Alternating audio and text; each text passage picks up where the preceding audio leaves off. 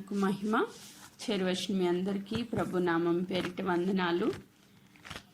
కొద్ది సాక్ష్యం పంచుకోవాలని ఈరోజు నేను ఆశపడుతూ ఉన్నాను. ఎందుకు అంటే చాలామంది కొత్త వారు వస్తూ ఉన్నారు. చాలామంది అడుగుతున్న ప్రశ్న, glory of the lord ministry అనేది ఒక చర్చా, మీరు ఒక పాస్టర్ అమ్మా, ఎక్కడ ఈ సన్నిధి ఉన్నది, ఎక్కడ ఈ సంఘం ఉన్నది అని చెప్పి చాలామంది కొత్త వాళ్ళు అడుగుతూ వస్తున్నారని చాలామంది నాతో చెప్తా ఉన్నారు.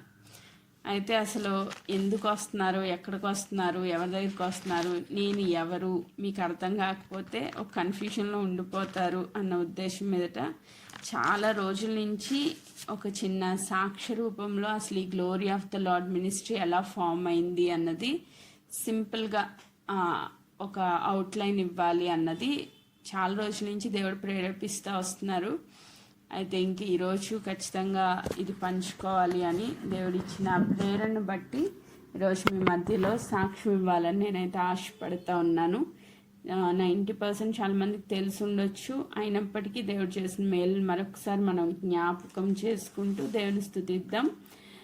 మొట్టమొదటిగా ఈ గ్రూప్ ప్రారంభించబడ్డానికి మూల వాక్యము మత్తయి సువార్త 18వ అధ్యాయము 19వ వచనం. 18-19 వచనాలు నేను చదువుతా ఉన్నాను. మత్తయి సువార్త 18వ అధ్యాయము 18-19 వచనాలు నేను చదువుతా ఉన్నాను. భూమి మీద మీరు వేటిని బంధింతురో అవి పరలోకమందు బంధింపబడును, భూమి మీద మీరు వేటిని విప్పుదురో అవి పరమందును విప్పబడును అని మీతో నిశ్చయముగా చెప్పుచున్నాను. మరియు మీలో ఇద్దరు తాము వేడుకొను దేనిని గూర్చి అయినను భూమి మీద ఏకీభవించిన ఎడల అది పరలోకమందున్న నా తండ్రి వల్ల వారికి దొరుకునని మీతో చెప్పుచున్నాను. ఎలయనగా ఇద్దరు ముగ్గురు నా నామమున ఎక్కడ కూడి ఉందురో అక్కడ నేను వారి మధ్యన ఉందునని చెప్పాను.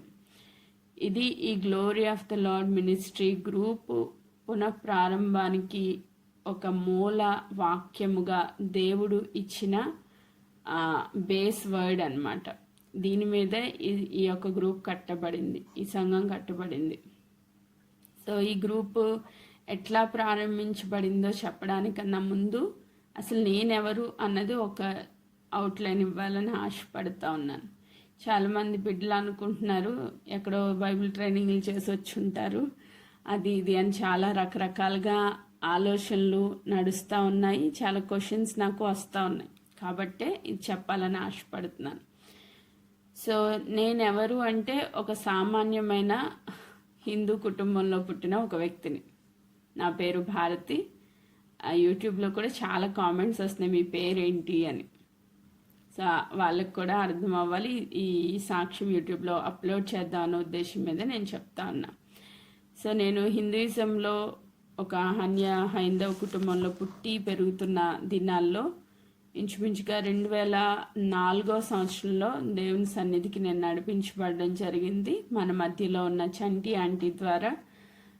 మాకున్న కుటుంబ పరిస్థితులను బట్టి ఎన్నో విగ్రహారాధన సంబంధితమైన ప్రయత్నాలు చేసినప్పటికీ అక్కడ ఎటువంటి ఉపయోగం లేక ఆంటీ చెప్పిన మాటను పట్టుకుని మేము రామచంద్రపురంలో ఒక చర్చ్కి నడిపించబడడం జరిగింది.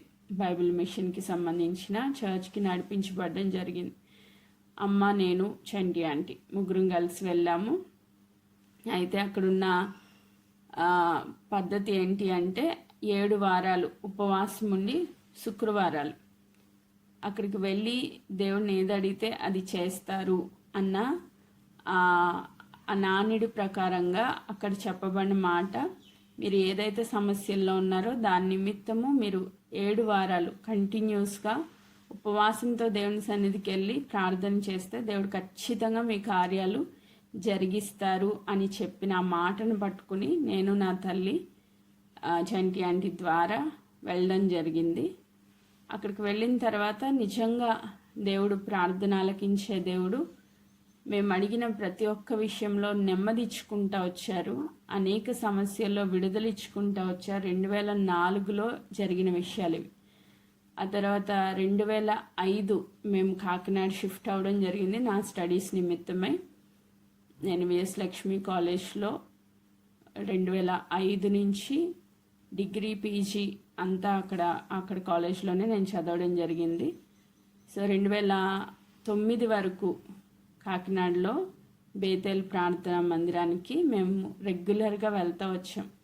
అంతవరకు నాకు వాక్యం అంటే తెలీదు, దేవుడు అంటే తెలీదు. అప్పుడే విగ్రహారాధన నుంచి వచ్చిన కుటుంబం కాబట్టి తొలి దినాల్లోనే దేవుడు బలమైన పరిశుద్ధాత్మ నడిపింపు నాకు ఇవ్వడం, ప్రార్థన చేసినప్పుడు దేవుడు అద్భుతాలు చేయడం. మన మధ్యలో సునంద ఆంటీ ఉన్నారు. ఆంటీ మమ్మల్ని చర్చ్కి నడిపించారు. ఆంటీ ద్వారా సంఘానికి మేము అటాచ్ అవ్వడం. ఫస్ట్ ఇయర్లోనే మా మమ్మీ బాప్తీసం, సెకండ్ ఇయర్లో నా బాప్తీసము. దేవుని కృపను బట్టి ఇంట్లో ఎవరికి తెలియకపోయినప్పటికీ దేవుని సన్నిధిలో బాప్తీసం తీసుకుని స్థిరపరచబడ్డాం.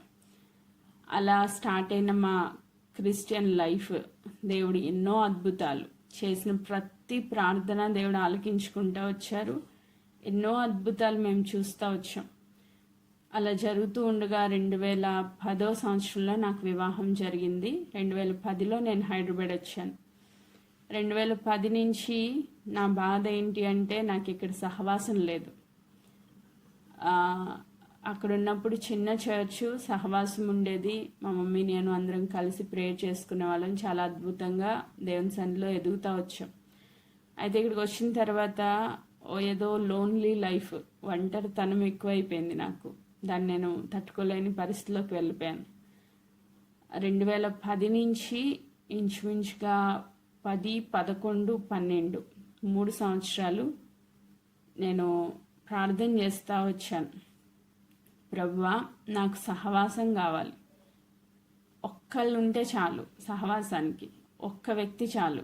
నేను ఆత్మీయంగా ఎదగాలి, నేను సువార్త చెప్పాలి, ఎవరికైనా నీ మాట చెప్పాలి. ఎందుకంటే నేను ఎన్నో అద్భుతాలు వచ్చింది చాలా షార్ట్ పీరియడ్ అయినా దేవుడు చాలా మిరకల్స్ నా లైఫ్లో చేశారు. ఎన్నో శ్రమలు, వాటి నుంచి విడుదల, ఎన్నో అద్భుతాలు మేము చూసుకుంటూ వచ్చాం.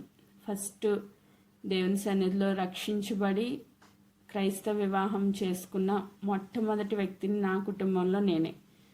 దేవుడు నేను ఏది కావాలంటే అది ఇచ్చుకుంటూ వచ్చారు. సో ఆయన చేసిన మేలులకి కృతజ్ఞతగా దేవుని కొరకు ఏదైనా చేయాలన్న ఆశ అయితే చాలా ఉంది. కానీ ఏ విధంగానే అవకాశం లేదు. ఎందుకంటే ఒక గృహిణి నార్మల్ లైఫ్, పాప పుట్టింది 2011లో, సిరి పుట్టింది. తను పెంచుకోవడం, ఆ చంటి పిల్ల, ఇంట్లో పనులు చేసుకోవడం, ప్రార్థన చేసుకోవడం, అంతే నా లైఫ్. కానీ నాకు దాంట్లో సాటిస్ఫాక్షన్ లేదు.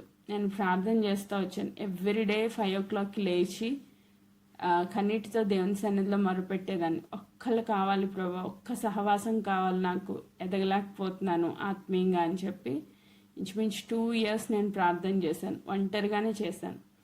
ఆ 2013 12, 13 ఆ సమయంలో దేవుడు నిజంగా నా ప్రార్థన ఆలకించి ఒక ఆంటీ పరిచయం అవడం జరిగింది. ఆంటీ పేరు సామ్రాజ్యం ఆంటీని మా ఇంటి బయట నేను పాపను ఆడిస్తూ భోజనం తినిపిస్తూ ఉన్నప్పుడు ఆంటీ అనుకోకుండా ఒకరోజు అటు వెళ్తా నాతో మాట్లాడి, ఆవిడ కూడా కన్వర్టెడ్ క్రిస్టియన్.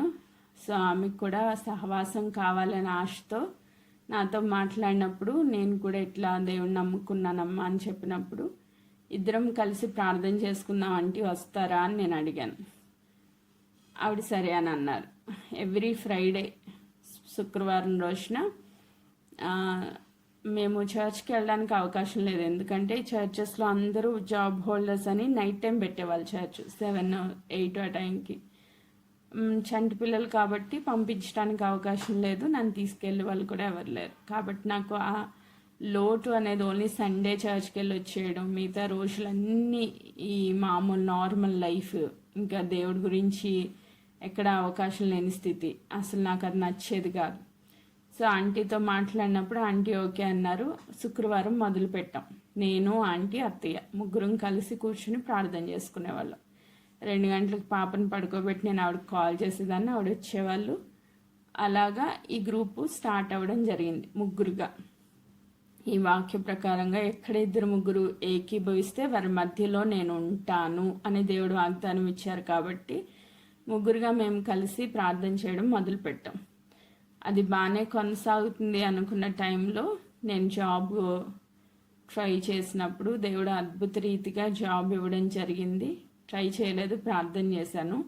ప్రార్థనాపూర్వకంగా దేవుడు నేను ఒక జాబ్ కావాలి అని అడిగినప్పుడు టీసీఎస్లో దేవుడు నాకు జాబ్ ఇచ్చారు. జాబ్ ఇచ్చినప్పుడు నేను జాబ్కి వెళ్ళిపోవడం, మళ్ళా ఆ గ్రూప్ అక్కడ బ్రేక్ అవ్వకుండా దేవుడు ఇంకొకరి ఇంటికి ఆంటీని నడిపించారు. గ్రేస్తో ఆంటీ అటాచ్ అయ్యి ఆ గ్రూప్ అక్కడ కంటిన్యూ అవుతూ ఉంది. ఆంటీ ఎప్పుడు ఫోన్ చేసి చెప్పేవాళ్ళు, అమ్మ నీకు ఎంత ఆసక్తి ఉందో అదే ఆసక్తి ఉన్న ఇంకొక అమ్మాయిని నాకు చూపించారు, నువ్వు రావాలి, నువ్వు తను కలిస్తే ఇంకా అద్భుతంగా ఉంటుంది, దేవుని సన్నిధిలో ఎదగలుగుతారని ఆంటీ నాతో మాట్లాడుతూ వచ్చేవాళ్ళు. అప్పుడు నేను జాబ్లో ఉన్నాను కాబట్టి నాకు పరిస్థితులు టైం లేక అనుకూలించక నేను ఒక 1 ఇయర్ కంప్లీట్గా జాబ్లో నేను టైం లేని స్థితిలో దేవుడికి దూరం అవుతూ వచ్చాను. సో అది నాకు నచ్చలేదు. ప్రభా జాబ్ కావాలి అని నేనే అడిగాను, జాబ్ వద్దు తీసేయండి ప్రభా, నీ సన్నిధిలో నేను ఎదగాలని మళ్ళీ నేనే ప్రార్థన చేశాను. దేవుడు నా ప్రార్థన ఆలకించి కరెక్ట్గా 1 ఇయర్ చేశాను టీసీఎస్లో. తర్వాత జాబ్లోంచి రిలీవ్ అయిపోయి బయటకు వచ్చాను, రెసిగ్నేషన్ ఇచ్చేసి బయటకు వచ్చేయడం జరిగింది. అది 2014. 2014లో చాలా బలంగా దేవుని సన్నిధిలో గ్రేస్, నేను, అక్కడ ఇంకొక సిస్టర్ సునీతక్క అని పాస్టర్ గారు, ఆవిడకి కూడా వచ్చి వాక్యం చెప్పేవాళ్ళు. చాలా బలంగా అక్కడ ఎదుగుతూ వచ్చాం. పునాదిగా దేవుడు చాలా వాక్యంలో లోతుగా ఎదగడానికి ఆ సమయాన్ని దేవుడు నాకు అనుగ్రహించారు. నేను బాగానే ఎదుగుతున్నాము, అంతా బాగుంది, మంచిగా ప్రేయర్స్ జరుగుతున్నాయి అనుకున్న సమయంలో అనుకోకుండా మా హస్బెండ్కి ఢిల్లీ ట్రాన్స్ఫర్ అవ్వడం జరిగింది. సో నేను హైదరాబాద్ నుంచి 2015లో ఢిల్లీ వెళ్ళాను. 2015 ఆ ప్రాంతంలో ఢిల్లీ వెళ్ళడం జరిగింది. అక్కడ ఇంచుమించు 6 నెలలు, ఎక్కువ టైం కూడా లేదు, ఇంచుమించుగా ఒక 1 ఇయర్. ఆ 1 ఇయర్లోనే దేవుడు అక్కడ పరిచర్లో చాలా బలంగా వాడుకుంటూ వచ్చారు. అక్కడ తెలుగు చర్చ్ ఉంది, ఆ చర్చ్లో నేను సాక్ష్యం ఇవ్వడం. ఇప్పుడు మన మధ్యలో పద్మజ సిస్టరు, శ్రవంతి సిస్టరు, వీళ్ళందరూ ఢిల్లీ నుంచి వచ్చిన వాళ్ళే. అక్కడ సంఘంలో కూడా బలంగా దేవుడు నన్ను, నా భర్తని వాడుకుంటూ వచ్చారు. తను కీబోర్డ్ ప్లే చేసేవారు, నేను సాంగ్స్ పాడేదాన్ని. బలంగా దేవుడు పరిచర్లో సాక్షిగా నిలవబడ్డానికి నన్ను, నా భర్తని దేవుడు వాడుకుంటూ వచ్చారు. 2016 అప్పుడు బాబు కన్ఫర్మ్ అవ్వడం, కన్సీవ్ అవ్వడం, ప్రెగ్నెన్సీ, సెకండ్ ప్రెగ్నెన్సీ. దేవుని మహాకృపను బట్టి 2016లో బాబు పుట్టడము. నేను కాకినాడ వచ్చి ఒక 6 months కాకినాడలోనే డెలివరీ నిమిత్తం ఉండిపోయాను. 2017లో మళ్ళీ హైదరాబాద్ వచ్చాను. నేను మళ్ళీ ట్రాన్స్ఫర్ అయింది మా హస్బెండ్కి, మళ్ళీ రిటర్న్ హైదరాబాద్ వచ్చేసాము. మళ్ళీ నార్మల్ లైఫ్, బాబు పాప, కొంచెం బిజీ, చిన్నపిల్లలు. 2017లో అంతా అలా అయిపోయింది. కానీ 2018లో దేవుడు చిత్తానుసారంగా నాకు సుమా పరిచయం అవడం, నేను వెళ్ళే చర్చ్లో తను కూడా ఒక చర్చ్ మేట్, సుమా పరిచయం అవడం. తను ఒకరోజు ఫోన్ చేసిందనమాట, నేను మీ ఇంటికి వస్తానండి ప్రార్థన చేసుకుందామా అని. అదే రోజు గ్రేస్ కూడా ఫోన్ చేసింది, నేను వద్దాం అనుకుంటున్నాను రమ్మంటావా అని. సరే దేవుని చిత్తం, ఇద్దరు ఒకేసారి కాల్ చేశారు. తెలీదు వాళ్ళిద్దరికి, ఒకరికొకరికి తెలీదు. అనుకోకుండా ఇద్దరు ఒకే రోజు కాల్ చేయడం జరిగింది. సరే రండి అని చెప్పాను. మేము ముగ్గురం కలిసి 2018లో ఇప్పుడు మనము ఉంటున్న ఈ గ్రూప్ స్టార్ట్ అయింది, రీస్టార్ట్ అనమాట. ఒక 1 ఇయర్ బ్రేక్ వచ్చింది పిల్లలతో. తర్వాత ముగ్గురం కలిసి ఈ యొక్క ఇప్పుడు చెప్పబడిన వాక్య ప్రకారంగా ఎక్కడ 2-3 ఏకీభవించి దేన్ని బంధిస్తే అది పరమందు బంధింపబడుతుంది, దేన్ని విప్పితే అది పరమందు విప్పబడుతుంది అని దేవుడిచ్చిన వాగ్దానాన్ని చేతపట్టుకుని ముగ్గురుగా మేము ఈ గ్రూప్ స్టార్ట్ చేయడం జరిగింది. జస్ట్ నార్మల్ హౌస్ వైఫ్స్ మేము ముగ్గురు. కానీ దేవుడిచ్చిన భారం ఏంటంటే ఒకరికొరకు ఒకరు ప్రార్థన చేయాలి, దేవుళ్ళో ఎదగాలి, అనేకులకు దేవుని గురించిన మాట చెప్పాలని ఒక చాలా బర్డెన్ నాలో ఉండేది. 2018లో మేము మొదలుపెట్టాము. 19కి వచ్చేసరికి గ్రేస్ కెనడా వెళ్ళిపోయింది. తనకి దేవుడు మార్గాలు తెరిచారు, తను కెనడా షిఫ్ట్ అయిపోయింది. ఒక్కొక్కరిగా మాతో జాయిన్ అవుతూ ఇక్కడున్న హైదరాబాద్లో ఉన్న బిడ్డలందరూ ఇంచుమించుగా 9 మంది 2019 ఎండింగ్కి వచ్చేసరికి 9 మంది వచ్చారు. మా ఇంట్లోనే ప్రార్థన జరిగేది.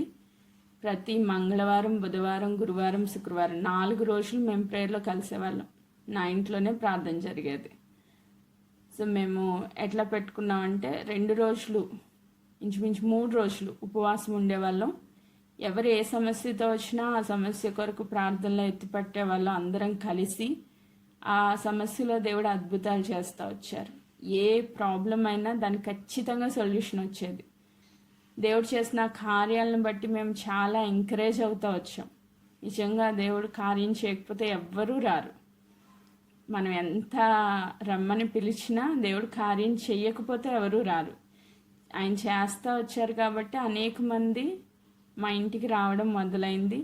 నేను అనుకునేదాన్ని, నేను ఎక్కడికి వెళ్ళలేను ప్రభువా, నాకు బయటికి వెళ్ళడానికి ఒప్పుకోరు ఇంట్లో అంటే, నా ఇల్లే మందిరంగా దేవుడు మార్చుకున్నారు. దేవునికి అసాధ్యమైంది ఏదీ లేదు. Praise God. దాన్ని బట్టి దేవునికి వందనాలు చెల్లిస్తున్నాను. 2019 ఎండింగ్కి వచ్చేసరికి కరోనా స్టార్ట్ అవ్వక ముందు దేవుడు నాకు ఒక వాగ్దానం ఇచ్చారు. నేను అప్పటికీ వాక్యంలో ఏమీ తెలీదు. నేను కూడా ఒక జనరల్గా ఒక 0 నాలెడ్జ్ పర్సన్ని. వాక్యం మీద అంత అవగాహన నాకు లేదు. కానీ దేవుడి స్వరం వినడం మాత్రం తెలుసు. నేను ఏ అంశం ఎత్తిపెట్టి ప్రార్థన చేస్తే దానిలో దేవుడు ఏం మాట్లాడుతున్నారు, వాక్యం ద్వారా నాకేమి జవాబు వస్తుందని మాత్రం 2004 దేవుని తెలుసుకున్న ఆ దినం నుంచి దేవుడి స్వరం వినే అనుభవం మాత్రం దేవుడు ఇచ్చారు. గైడెన్స్ ఎట్లా ఇస్తున్నారు దేవుడు, ఎట్లా నడవాలి, ఈ సమస్యని మనం ఎలా పరిష్కరించుకోవాలన్నది మాత్రం దేవుడు ఆ గైడెన్స్ ఇచ్చుకుంటూ వచ్చారు. అదే తప్ప బైబిల్ గురించిన నాలెడ్జ్ అయితే నాకు అసలు లేదు. సో నేను అనుకునేదాన్ని, గ్రేస్ వాక్యం చెప్పేది, సరే గ్రూప్ నడిపిస్తూ ఉండేవాళ్ళు. నేను ఆరాధన చేసేదాన్ని, గ్రేస్ వాక్యం చెప్పేసి మా ప్రార్థన చేసేది, ఇలా నడుచుకుని వెళ్ళిపోతూ ఉండేవాళ్ళు. కానీ ఒకేసారి తను వెళ్ళిపోవడం, వాక్యం చెప్పే భారం నా మీద పడడం అసలు నా వల్ల కాదు ప్రభు అని అప్పుడు ఇంచుమించు 10 రోజులు మేము ఉపవాసం ఉండి పరిశుద్ధాత్మ నింపుదల కొరకు ప్రార్థన చేయడం మొదలుపెట్టాం. నిజంగా ఆ ప్రార్థన అవ్వేసరికి ఒక గొప్ప మార్పు నాలో నేను చూడడం మొదలుపెట్టాను. ఒక గొప్ప చేంజ్. ఎట్లా అంటే వాక్యం ఎలా చెప్పాలో, అసలు ఏం చెప్పాలో తెలియని నాకు దేవుడు నడిపింపు అనేది క్లియర్గా అర్థమవుతూ వచ్చింది. 2019 ఎండింగ్కి వచ్చేసరికి చాలా భయంకరమైన పిల్లల అనారోగ్యాల ద్వారా బాగా కృంగిపోయిన నన్ను ఇలాంటి ద్వారా దేవుడు బలపరిచి, అమ్మ నిన్ను నేను తల్లిగా వాడుకోబోతున్నాను అని దేవుడు వాగ్దానం ఇచ్చారు. కరెక్ట్గా ఆ టైంకి నేను కరోనా వచ్చి కాకినాడ వెళ్ళడం జరిగింది.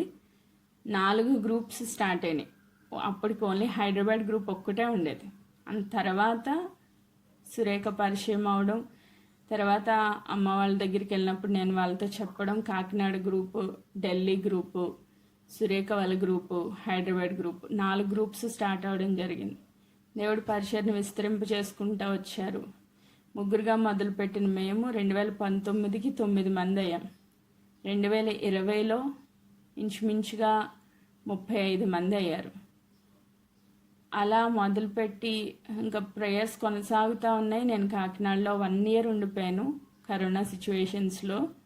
ఆ 1 ఇయర్లో ఈ కాన్ఫరెన్స్ కాల్స్లో ప్రేయర్ చేసుకోవడం అవి చాలా ఇబ్బంది అయిపోతున్నాయి, జనం పెరిగిపోతున్నారు అన్నప్పుడు జూమ్ స్టార్ట్ చేయడానికి దేవుడు సహాయపడుతూ వచ్చారు. సో ఆ జూమ్ తీసుకోవడం, జూమ్లో కనెక్ట్ అవ్వడం, 4 రోజులు ప్రేయర్స్ నడిపించే వాళ్ళం. చాలా బర్డెన్ అవుతుందని అన్ని గ్రూప్స్ కలిపి 2021లో ఒకే గ్రూప్ చేయడం జరిగింది. 2021లో 2021 తర్వాత ఈ 1 స్టార్టింగ్లో అంటే 2020 డిసెంబర్ 31 అట్లా నేను ప్రార్థన చేస్తూ వచ్చాను. ప్రభువా, ఉమెన్స్ గ్రూప్ అని ఉండేది.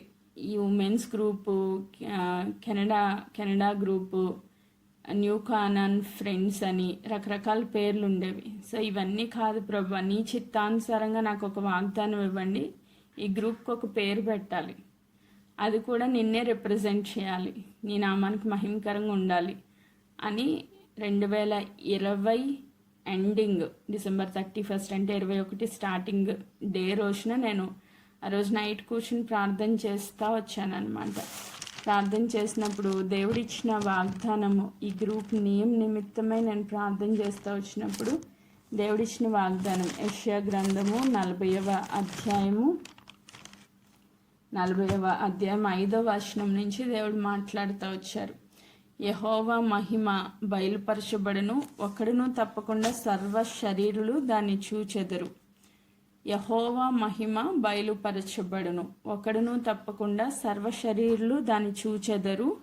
ఇలాగ జరుగునని యెహోవా సెలవిచ్చుచున్నాడు. ఈ వాగ్దానం దేవుడిచ్చినప్పుడు యెహోవా మహిమ బయలుపరచబడును ఈ మాట పట్టుకుని పేరు పెట్టడం జరిగింది, గ్లోరీ ఆఫ్ ద లార్డ్ అని. అంటే ఇంగ్లీష్ వర్సెస్లో అది చూసి దాని ప్రకారంగా గ్లోరీ ఆఫ్ ద లార్డ్, యెహోవా మహిమ అన్న ఆ వర్డ్ వచ్చేటట్టు ఈ గ్రూప్కి నామకరణం చేయడం జరిగింది. 2021 జనవరి రోజున ఆ పేరు మార్చామన్నమాట. సో అంతకు ముందు అంతా ఉమెన్స్ గ్రూప్ అని అట్లా ఉండేది, ఉమెన్స్ గ్రూప్ ఇట్లా డిఫరెంట్గా ఉండేవి. అయితే దేవుని మహాకృపను బట్టి 2021లో ఈ జిఎల్ఎం పేరు పెట్టిన దినం నుంచి దేవుడు అద్భుతంగా గ్రోత్ ఇచ్చుకుంటూ వచ్చారు. 30 మంది అల్లా 40 అయ్యారు, 50 అయ్యారు, 60 అయ్యారు. తర్వాత ఇప్పుడు మన మధ్యలో ఇంచుమించుగా 200 ఫ్యామిలీస్ పైనే ఉన్నాయి ఈ గ్రూప్కి అటాచ్ అయ్యి ఉన్నవాళ్ళు. అంటే అందరూ మీకు కనిపించకపోవచ్చు, కానీ 200 కుటుంబాల పైనే ఉన్నాయి. Men's group, women's group, children group, youth group, ఇట్లా దేవుడు విస్తరింప చేసుకుంటూ వచ్చారు. నిజంగా 2021లో దేవుడిచ్చిన భారాన్ని బట్టి 22లో దేవుడిచ్చిన భారాన్ని బట్టి మిషనరీ పరిచర్య స్టార్ట్ చేయాలి అని అనుకున్నాం. అప్పటికి ఈ గ్రూప్లో నాకు దేవుడిచ్చిన భారం ఏంటంటే, ఉచితంగా దేవుడు మనతో మాట్లాడుతున్నారు, ఉచితంగా పరిచయం చేయాలి, ఉచితంగా ఇవ్వబడింది ఉచితంగానే ఇవ్వాలి అన్న ఉద్దేశం మీద ఎక్కడ మనీ మ్యాటర్ రావద్దు. ఎందుకంటే ఆర్థిక సంబంధమైన విషయాల్లోనే చాలా ఒడిదుడుకులు వస్తాయని నాకు భయం. కాబట్టి అలాంటివి ఏవి గ్రూప్లో ఉండొద్దు అని చెప్పి దేవుని సన్నిధిలో ఎట్టి పరిస్థితిలో అమౌంట్స్ గురించి కానీ కానుకలు కానీ ఇవన్నీ మనకు వద్దు అని చెప్పి నేను దాన్ని ఎంటర్ చేయకూడదని చాలా స్ట్రిక్ట్గా ఫాలో అవుతూ వచ్చాను. ఎవ్వరు ప్రార్థన చేసుకున్న అద్భుతాలు జరిగిన వాళ్ళు ఫోన్ చేసి అమ్మ మీకు కానుక పంపిస్తా అంటే అస్సలు వద్దండి, మాది చర్చ్ పరిచర్య కాదు, మీరు వెళ్ళే చర్చ్లో కానుక వేసుకోండి అని చెప్పేదాన్ని. అయితే దేవుడిచ్చిన భారం పట్టి ఒక 10-15 డేస్ నిద్రలేని రాత్రులు గడిపాను నేను. దేవుడేమో ఈ పరిచర్య, మిషనరీ పరిచర్య స్టార్ట్ చేయమని, కానుకలు తీసుకోమని దేవుడు, నేను వద్దు అని.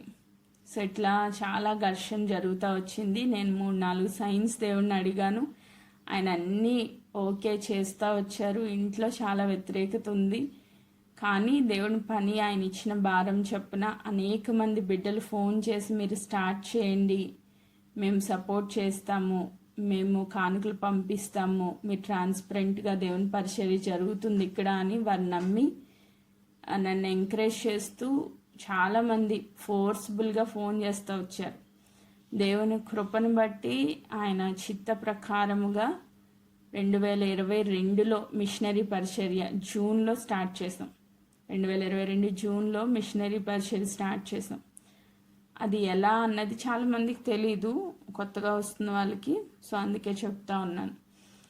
అందరం కలిసి ఒక 500 లేకపోతే ఒక 100 ఒక 200 నెలకి మనము ఖర్చు పెట్టే ఖర్చులో ఒక 100 రూపాయలు పక్కకు తీస్తే ఒక మిషనరీ పోషించబడతాడు అని ఒక మెసేజ్ మేము విన్నప్పుడు చాలా ఇన్స్పైర్డ్గా అనిపించింది. ఎందుకంటే మనం ఎక్కడికి వెళ్ళలేం, ఇంట్లో కూర్చుని చేసే పరిచర్య తప్ప బయట కాలు పెట్టే పరిస్థితి లేదు.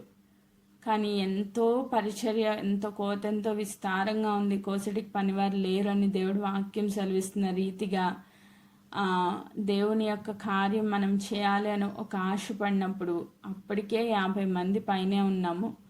ఆ 50 మంది ఒక 100, 200, 300, 500 ఎవరికి ఎంత తోస్తే అంత. దానికి ఒక లిమిట్ లేదు. ఒక 50 రూపీస్ అయినా ప్రాబ్లం లేదు. మనము హృదయపూర్వకంగా, ఇష్టపూర్వకంగా దేవుని పరిచర్యకి ఇచ్చినప్పుడు అవన్నీ కలిస్తే ఒక మిషనరీని పోషించగలం. నెలకి 4,000 నేను ఒక మిషనరీకి పంపిస్తాను మన జీఎల్ఎం గ్రూప్ తరపున. 4,000 అంటే పెద్ద విషయమేం కాదు. అందరూ కలిస్తే ఈజీగా మనము గ్యాదర్ చేసుకోవచ్చు అని మొదలుపెట్టినప్పుడు 4,000 ఈజీగా కలెక్ట్ అవ్వడం స్టార్ట్ అయింది. అందరూ ఎవరికి ప్రేరేపించిన వాళ్ళు నిజంగా నేను చెప్పింది 500, కానీ 5,000 ఇచ్చిన వాళ్ళు ఉన్నారు, 4,000 ఇచ్చిన వాళ్ళు ఉన్నారు, 2,000, 3,000. వాళ్ళకి ఎంత తోస్తే అంత దేవుడు వాళ్ళకి ఇచ్చిన సమృద్ధిని బట్టి విత్తుకుంటా వచ్చారు. ఖచ్చితంగా ఒక దినాన్ని దేవుడు ఖచ్చితంగా పంట కోసే పరిస్థితులు కూడా వాళ్ళ జీవితాల్లో వాళ్ళు చూశారు, అద్భుతాలు చూశారు. ఇవ్వడం ద్వారా వచ్చే ఆశీర్వాదాన్ని కూడా వాళ్ళు చూశారు. కాబట్టి కంటిన్యూ చేసుకుంటా వచ్చాము. 2022 నుంచి ఇది 24 అంటే 2 years నుంచి ఒక మిషనరీ మన ద్వారా పోషించబడతా ఆ బిడ్డకి మనం ఆర్థికంగా సహాయం చేస్తున్నాం. తను చేసే పరిచర్లో భాగంగా మనం ఉన్నాం. ఒక ఆత్మ రక్షించబడింది తన ద్వారా అంటే దాని ద్వారా మనకి గొప్ప ప్రతిఫలం కలుగుతుంది అని మనం నమ్మి విశ్వాసంతో ప్రార్థనాపూర్వకంగా ప్రతాప్ మాంగ్య అస్సాంలో తను పరిచర్య చేస్తూ ఉన్నారు. మన గ్రూప్ తరపున తన్ని ప్రమోట్ చేయడం, తనకి సపోర్ట్ చేయడం జరుగుతూ ఉంది. అలాగే ఒక మిషనరీ పరిచర్య అని మొదలు పెడితే కానుకలు ధారాళంగా వచ్చినాయి. సో ప్రభు ఇప్పుడు ఏం చేయాలి ఈ కానుకలు అని చెప్పి నేను మరలా ప్రార్థన చేసినప్పుడు ఆర్ఫన్ హోమ్ మన మధ్యలో సాహిత్య అని ఉండే తను వస్తారు మధ్యాహ్నం గ్రూప్కి. వాళ్ళకి ఒక ఆర్ఫన్ హోమ్ ఉంది. దాంట్లో పిల్లలకి ప్రతి నెల ఒక్కసారి భోజనాలు పెట్టించేవాళ్ళం. నాన్ వెజ్తో మంచిగా భోజనాలు పెట్టించేవాళ్ళం పిల్లలకి, అనాథ పిల్లలకి. సో వాళ్ళ పరిచర్య కూడా అదే టైంలో స్టార్ట్ చేసాము. ఇంచుమించు ఒక 1 year వాళ్ళకి సపోర్ట్ చేసాం.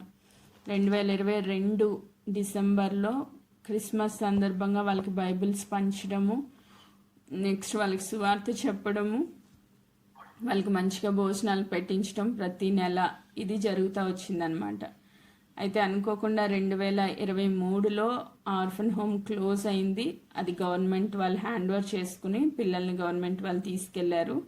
సో అక్కడ క్లోజ్ అయింది అని మళ్ళీ నేను ప్రార్థన చేస్తారాగా దేవా నీ చిత్తం ఏంటి అంటే అప్పుడు షలోమ్ని దేవుడు ప్రేరేపించి దేవుడు నన్ను ప్రేరేపించి తనతో మాట్లాడి తనకి ట్రైనింగ్ ఇప్పించి దేవుని కృపలో ఆ బిడ్డ వాడబడాలి అని, తన ద్వారా అనేక మంది రక్షణ పొందాలని, తనకి సపోర్ట్ చేయమని దేవుడు ఇచ్చిన ప్రేరణను బట్టి తనని కూడా ఒక మిషనరీగా మన గ్రూప్ తరపున సపోర్ట్ చేస్తూ వస్తున్నాం అనమాట. ఇప్పుడు మన గ్రూప్కి 2 మిషనరీస్ ఉన్నారు, ప్రతాప్ మాంగ్య అండ్ షలోమ్. వీళ్ళిద్దరు చేసే పరిచర్లో మనం కూడా పాలిభాగస్తులమే. ఆమేన్. చాలామంది బిడ్డలు డెడికేట్ చేసుకుని నిజంగా ఒక్కొక్కసారి చాలా ఆనందం అనిపిస్తుంది, బాధ కూడా అనిపిస్తుంది అట్ ద సేమ్ టైం. ఎందుకంటే ఒక 1,000 రూపాయలు సంపాదించుకునే ఆమె నమ్మకంగా 100 పంపిస్తూ ఉంటుంది. అసలు నేను వాళ్ళ చర్చ్లో వేసుకోమంటే వాళ్ళు వినకుండా ఖచ్చితంగా 100 రూపీస్ ఎవ్రీ మంత్ పడతా ఉంటాయి అన్నమాట ఒక సిస్టర్ ద్వారా. నేను పేర్లు చెప్పదలుచుకోలేదు, ఎందుకంటే వాళ్ళ ప్రతిఫలం నేను పోగొట్టదలుచుకోలేదు. ఒక చేతి ఇచ్చింది ఇంకో చేతికి తెలియకూడదని దేవుడు వాక్యం చెప్తుంది.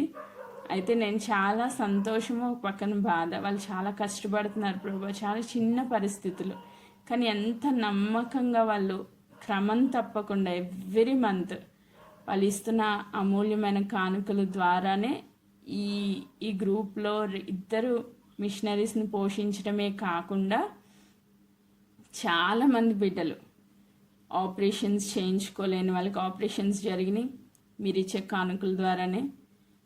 ఆర్థికంగా చాలా ఇబ్బందులు పడుతున్న వాళ్ళకి సపోర్ట్ చేస్తూ వచ్చాము. కుటుంబాల్లో రకరకాల పరిస్థితులు గుండా వెళ్తున్న వాళ్ళకి సపోర్ట్ చేస్తూ వచ్చాము. చాలా రకాల పరిచర్లు జరుగుతూ ఉన్నాయి ఇన్నర్గా. కానీ ఏది నేను బయటికి అనౌన్స్ చేయను. ఎందుకు అనౌన్స్ చేయను అంటే అందరూ ఒకలా ఉండరు, మిస్యూజ్ అయ్యే ఛాన్సెస్ కూడా ఉంటాయి. కాబట్టి దాన్ని ఒక లీడ్నెస్గా తీసుకొని మళ్ళా అడుగుతూ వస్తారు అనేసి అన్న ఉద్దేశం మీద నేను బయటికి చెప్పను అనమాట. సో దేవుని కృపను బట్టి చాలామంది లబ్ధి పొందారు, వాళ్ళ సాక్ష్యాలు కూడా ఇచ్చారు. కానీ బయటికి నేను ఏది తెలియపరచొద్దు అని చెప్తా ఉంటాను. దేవుని పరిచర్య ఇది దేవుడు ఇచ్చింది కాబట్టి దేవుడి ద్వారానే విధవరాళ్ళు పోషించడం కానీ, వాళ్ళకి సపోర్ట్ చేయడం కానీ, లేకపోతే ఈ క్రిస్మస్ సందర్భంగా చాలామందికి మనం గ్రూప్ తరపున సపోర్ట్ చేసుకుంటూ వచ్చాము. మెడిసిన్స్కి డబ్బులు లేవంటే వాళ్ళకి ఇస్తూ వచ్చాము. ఇదంతా కేవలం మీ సపోర్ట్ ద్వారా మాత్రమే జరుగుతుంది. చాలా పరిచర్య చాలా ఖర్చుతో కూడింది. అన్నింటికన్నా ముఖ్యంగా last glory of the lord ministry get together నిజంగా అద్భుతంగా దేవుడు నడిపించారు. ఇంచుమించు 70,000 నుంచి 80,000 ఖర్చు అయింది. అదంతా మీ కానుకల ద్వారానే. నేను ₹1 కూడా పెట్టుకోలేదు నా చేతి నుంచి. నిజంగా గ్రూప్ అమౌంట్ కూడా ఏమీ లేదు. అందరూ అప్పటికప్పుడు ప్రేరేపించబడి మీరు పంపించిన మీ అమూల్యమైన కానుకల ద్వారానే ఆ గెట్ టుగెదర్ కూడా అద్భుతంగా జరిగించబడింది. ఇప్పుడు ప్రజెంట్ ఎంతమంది ఉన్నారు అన్నది కౌంట్ చేయడానికి కూడా నాకు రావట్లేదు. ఎందుకంటే గెట్ టుగెదర్లో మేము అనుకున్నాం ఒక 120 మెంబర్స్ వస్తారు, అంటే ఫ్యామిలీస్తో కలిపి మేము లెక్కేసుకుని 120 మెంబర్స్ అనుకున్నాం.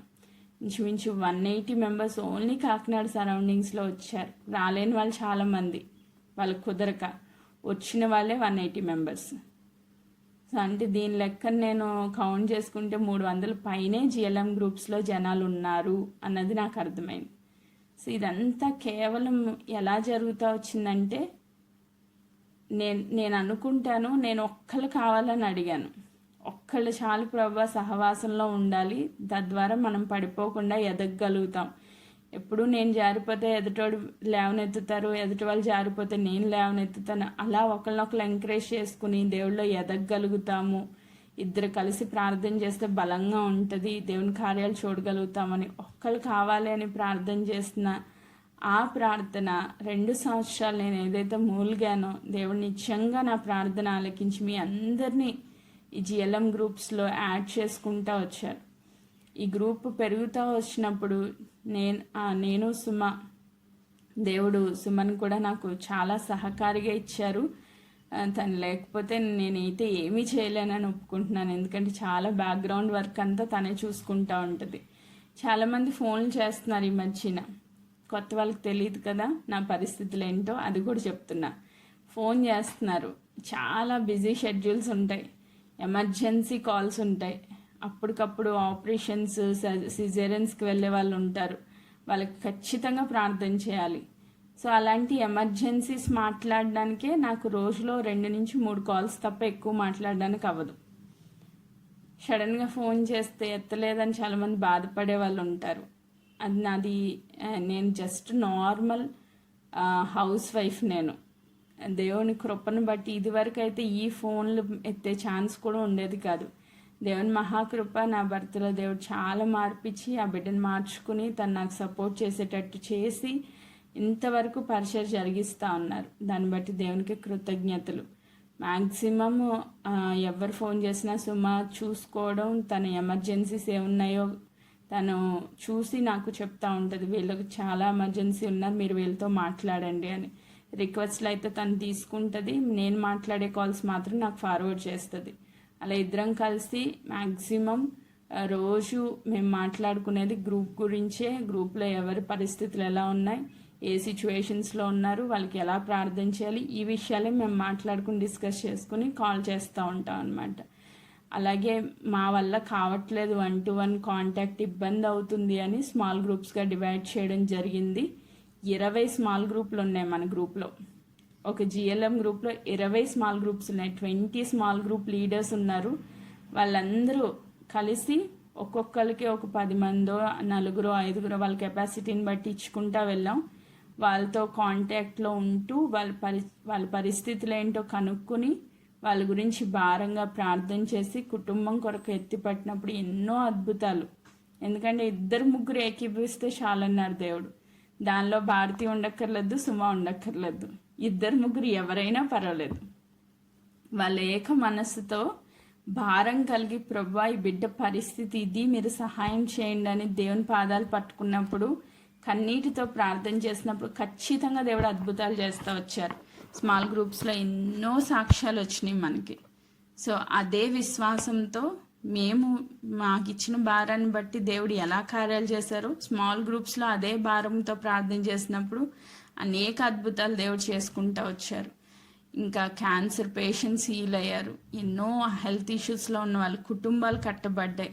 ఇప్పుడు భర్తలతో కలిసి గ్రూప్కి వస్తున్నారు. నిజంగా ఎన్నో అద్భుతాలు, అవి లెక్కకు మించినవి. ఎన్నో కార్యాలు దేవుడు చేసుకుంటూ వచ్చారు. కుటుంబాలు ఎన్నో ప్రాబ్లమ్స్ బయటికి చెప్పుకోలేరు, ఎవరితో చెప్పాలో తెలీదు. అలాంటి బిడ్డలతో కౌన్సిలింగ్ ఇచ్చుకుంటా, వాళ్ళని దేవుళ్ళ ఎంకరేజ్ చేసుకుంటా, వాళ్ళు కృంగిపోకుండా వాళ్ళతో ప్రార్థనాపూర్వకంగా దేవుని వాక్య ప్రకారంగా గైడెన్స్ ఇచ్చుకుంటూ రావడం. నిజంగా దేవుడు చాలా అద్భుతాలు చేస్తూ వచ్చారు. ఆయన చేస్తున్నారు కాబట్టి మీ అందరూ ఇక్కడ కనెక్ట్ అవుతున్నారు. ఆయన లేకపోతే మనం ఏమీ చేయలేం. జిఎల్ఎం గ్రూప్లో దేవుని మహిమ ఉంది అని నమ్మి వచ్చిన ప్రతి ఒక్కరి జీవితాల్లో దేవుని మహిమ కార్యాలు చూస్తూనే వచ్చారు. సో దేవుడు చేసిన అద్భుతాలను బట్టి దేవునికే మహిమ. ఇంకా ఎన్నో ఉన్నాయి, కానీ ఒక అవుట్లైన్గా మాత్రమే నేను ఈ సాక్ష్యం ఇస్తూ ఉన్నాను. దేవుని మహిమ ప్రతి ఒక్కళ్ళు చూడాలి. ఈ గ్రూప్కి వచ్చిన ప్రతి ఒక్కళ్ళు వెలిగించబడాలి, అనేకులను వెలిగించాలి. ఇది నా ఆశ, నా ప్రార్థన కూడా. ఇంకా ఎవరికైనా అంటే ఎవరు ఈ చర్చ్ మినిస్ట్రీయా లేకపోతే ఈవిడ పాస్టమ్మా అని అనుకుంటే దయచేసి నేను జస్ట్ మీకు లాంటి నార్మల్ పర్సను, సుమా నార్మల్ పర్సను, మేము కలిసి ప్రార్థన చేసుకునే వాళ్ళము. దేవుడు ఎంతగా ఆశీర్వదించి ఈ పరిచయం జరిగిస్తున్నారని మరొకసారి సాక్ష్యం ఇస్తూ ఉన్నాను. ఇది కేవలం దేవుని కృప. ఆయన కొరకు ఏదైనా చేయాలని ఒక చిన్న ఆశ, చిన్న తపన దేవుడు ఇంత అద్భుతంగా నడిపిస్తూ ఉన్నారు. దినదినము గ్రూప్ పెరుగుతూనే ఉంది, కొత్త వాళ్ళు వస్తూనే ఉన్నారు, వాళ్ళని యాడ్ చేసుకుంటూనే ఉన్నాము. ఇలా గ్రో అవుతూనే ఉంది. దేవునికి మహిమ. ఈ 2024 ఎండింగ్కి వెళ్ళేసరికి మన జూమ్ 100 మెంబర్స్ వరకునే ఉంది జూము. అది కూడా పెరగాలి. నిజంగా కాల్స్లో నేను ఇంచుమించు 50 మెంబర్స్ పైన 50 మెంబర్స్ వరకు కలుపుతూ ఉంటాం. ఫోన్లు 13 ఫోన్లు పైనే ఉన్నాయి రోజు కాల్స్ కలిపేవి. ఇప్పుడు చూసారు కదా, రోజు ఈ హడావడి డిస్టర్బెన్స్లో ఉంటాను నేను. మీరు ఏదో మాట్లాడుతూ ఉంటారు, నా మైండ్ అంతా ఈ కాల్స్ కలిపే దాని మీద ఉంటుంది. నా దగ్గర 5 ఫోన్లు ఉంటాయి. ఒకటి రికార్డింగ్కి, ఇంకొక 4 ఫోన్స్ కలపడానికి, ఇంకొక ఐప్యాడ్ ఉంటుంది. నాతో పాటు చాలామంది బిడ్డలు సహకరించి వాళ్ళ కాల్స్ కలుపుకొని నాకు కాన్ఫరెన్స్లో నాకు కాల్ చేస్తూ ఉంటారు. సో ఇంటర్నెట్ లేని వాళ్ళకి సెపరేట్గా, చిన్న ఫోన్లు ఉన్న వాళ్ళకి సెపరేట్గా అలా కాల్స్ డివైడ్ చేసుకుని కలుపుతూ వస్తూ ఉంటాం. ఇలా ఎంతో పరిచర్య ఇన్నర్గా జరుగుతుంది. చాలామంది సపోర్ట్ చేస్తూ ఉన్నారు. బయటికి తెలియకపోవచ్చు కానీ చాలా కష్టపడుతూ ఉన్నారు బిడ్డలందరూ నాతో కలిసి. సో నిజంగా వారందరికీ మరొక్కసారి ఈ గ్రూప్ అంతటి తరపున కృతజ్ఞతలు చెల్లిస్తున్నాను. ఖచ్చితంగా దేవుడు ఏ పని చేసినా ఆయన అన్యాయస్తుడు కాదు. మీకు అత్యధికమైన బహుమానం ఉంటుంది. దేవుని పనిలో వాడబడుతున్న ప్రతి బిడ్డకి దేవుడు కార్యాలు చూస్తారు, ఆయన ఆశీర్వాదాన్ని చూస్తారు. నేనేమి ఇవ్వలేకపోవచ్చు, బట్ దేవుడు మాత్రం అన్యాయస్తుడు కాదు. ఖచ్చితంగా దేవుడు దీవిస్తారు. అనేక అద్భుతాలు దేవుడు మీ జీవితంలో కూడా జరిగిస్తూ వచ్చారు, ఇంకా జరిగించిపోతూ ఉన్నారు. ఈ జిఎల్ఎం గ్రూప్స్ని ఇంకా దేవుడు ఆశీర్వదించిపోతూ ఉన్నారు. ఆయన మహిమను ఈ గ్రూప్ ద్వారా మనం చూడాలి, ఇంకా అత్యధికంగా చూడాలని కోరుకుంటూ ఈ మాటలు నేను ముగిస్తున్నాను. దేవుడు ఈ యొక్క సాక్ష్యాన్ని ఆయన ఆత్మచేత ముద్రించును గాక. ఆమెన్.